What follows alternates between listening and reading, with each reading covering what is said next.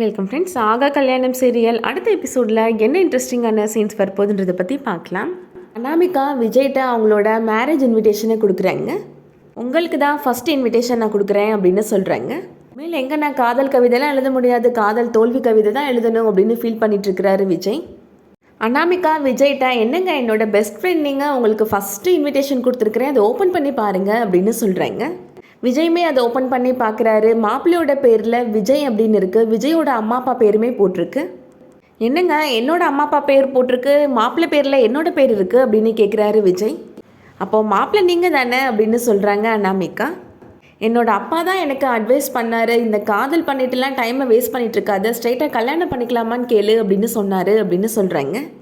நான் அதுக்கு ஒரு படி மேலேயே போய் இன்விடேஷனே அடிச்சிட்டு வந்துட்டேன் அப்படின்னு சொல்கிறாங்க அனாமிகா. அதை கேட்ட விஜய்க்கு ரொம்ப சந்தோஷம். நீங்கள் உங்கள் வீட்டில் பேசி ஓகே மட்டும் சொல்லுங்கள், டேட் அதில் ஃபில் பண்ணிக்கலாம் அப்படின்னு சொல்கிறாங்க அனாமிகா. நீ வேறு யாரையும் கல்யாணம் பண்ணி எனக்கு ஷாக் கொடுக்காமல் இருந்ததுக்கு ரொம்ப தேங்க்ஸ் அப்படின்னு சொல்லி ஹக் பண்ணிக்கிறாரு விஜய். இதுக்கிடையில் மகா இப்போ அவங்களோட வீட்டுக்கு போகிறாங்க. மகாவை பார்த்தா மகாவோட அப்பா ரொம்ப சந்தோஷப்படுறாரு. உன்னை பார்த்த உடனே உங்கள் அப்பா முகத்தில் 1000 வாட்ஸ் பல்ப் எரியுது அப்படின்னு கோட்டீஸ்வரி கிண்டல் பண்ணுறாங்க. என் பொண்ணோட உழைப்பில் செஞ்ச சிலை இன்றைக்கி டெலிவரி ஆக போகுது, அந்த சந்தோஷம் தான் எனக்கு அப்படின்னு சொல்கிறாரு மகாவோட அப்பா.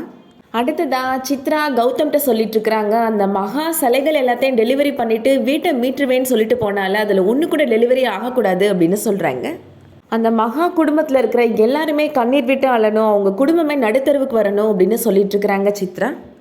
அப்போ இன்றைக்கி நைட்டு ஆள்களை அவங்க வீட்டுக்கு அனுப்பி எல்லா சிலையும் தூக்கிட வேண்டியது தான், கொஞ்சம் ரிஸ்க் எடுக்க தான் செய்யணும் அப்படின்னு கௌதம் சொல்லிட்டு இருக்கிறாரு.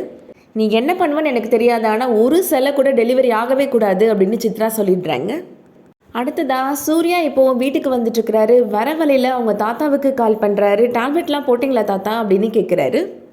அதெல்லாம் நான் போட்டேன்ப்பா, அதான் பாட்டி பக்கத்தில் இருந்து என்னை கவனிச்சுக்கிறாளே அப்படின்னு சொல்கிறாங்க தாத்தா.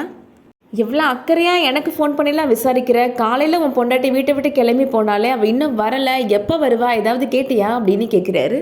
அவன் எனக்கு ஃபோன் பண்ணி சொன்னால் வீட்டுக்கு வர லேட் ஆகுமா அப்படின்னு சொல்கிறாரு தாத்தா. சூர்யா சொல்கிறாரு, அப்போ நான் நேராக மகா வீட்டுக்கு போய் வேலை முடிஞ்சிருச்சா இல்லையான்னு பார்த்துட்டு அவளை கையோடு கூப்பிட்டு வந்துடுறேன் தாத்தா அப்படின்னு சொல்கிறாரு. இந்த வார்த்தையை நீயே சொல்லணுன்னு தான் நான் நினச்சேன், நீ கரெக்டாக சொல்லிட்ட, இப்போ தாண்டா நீ என் பேரேன் அப்படின்னு சந்தோஷப்படுறாரு தாத்தா.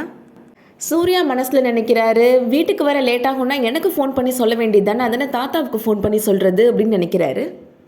என்னை எப்படியாவது மாட்டி விடணுன்னு தான் பிளான் பண்ணி இவ எல்லாம் பண்ணுறா அப்படின்னு நினைக்கிறாரு.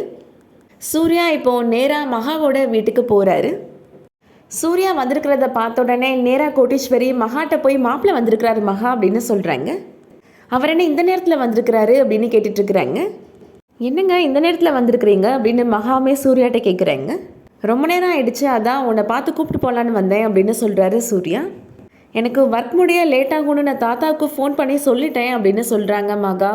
தெரியும், அவர் தான் என் டைமே சொன்னார் அப்படின்னு சொல்லிடுறாரு சூர்யா. அப்போ தாத்தா சொல்லி தான் என்னை கூப்பிட்டு போக வந்திருக்கிறீங்களா அப்படின்னு கிண்டல் பண்ணிகிட்ருக்குறாங்க மகா. சாப்பிட்டுட்டு போங்க மாப்பிள்ள அப்படின்னு மகாவோட அப்பா சொல்லிட்டு இருக்கிறாரு. வீட்டில் அம்மா வெயிட் பண்ணிகிட்ருப்பாங்க, நான் ஒர்க் முடிஞ்சதும் இருந்து மகாவை கூப்பிட்டுட்டு போயிடுறேன் அப்படின்னு சொல்கிறாரு சூர்யா. அப்போ நீங்கள் காலையில் தான் டிஃபன் சாப்பிட முடியும் அப்படின்னு சொல்கிறாங்க மகா. எனக்கு இன்னும் நிறைய வேலை இருக்குது, 2-3 சிலைக்கு கோட்டிங்லாம் கொடுக்கணும் அப்படின்னு சொல்கிறாங்க. பூஜையெல்லாம் முடிச்சுட்டு நான் கிளம்புறதுக்கு லேட் ஆகிடும் அப்படின்னு சொல்கிறாங்க மகா. பரவாயில்ல, நேரானாலும் பரவாயில்ல, நான் இருந்து கூப்பிட்டுட்டே போகிறேன் அப்படின்னு சூர்யா சொல்லிடுறாரு. அதை கேட்ட கோட்டீஸ்வரியும் மகாவோட அப்பாவும் ரொம்ப சந்தோஷப்படுறாங்க. அதோட இன்னைக்கான எபிசோட் முடியுது. சூர்யா இங்கேவே ஸ்டே பண்ணுறதுனால கண்டிப்பாக கௌதமோட ஆட்கள் இப்போது சிலையை தூக்க வரப்ப அவங்களோட சண்டை போட்டு சிலையை கண்டிப்பாக சூர்யா காப்பாற்ற தான் போகிறாரு. சித்ரா போட்ட திட்டமெல்லாம் தவிடுபடி ஆக போகுது. என்ன நடக்க போகுதுன்றதை வெயிட் பண்ணி பார்க்கலாம்.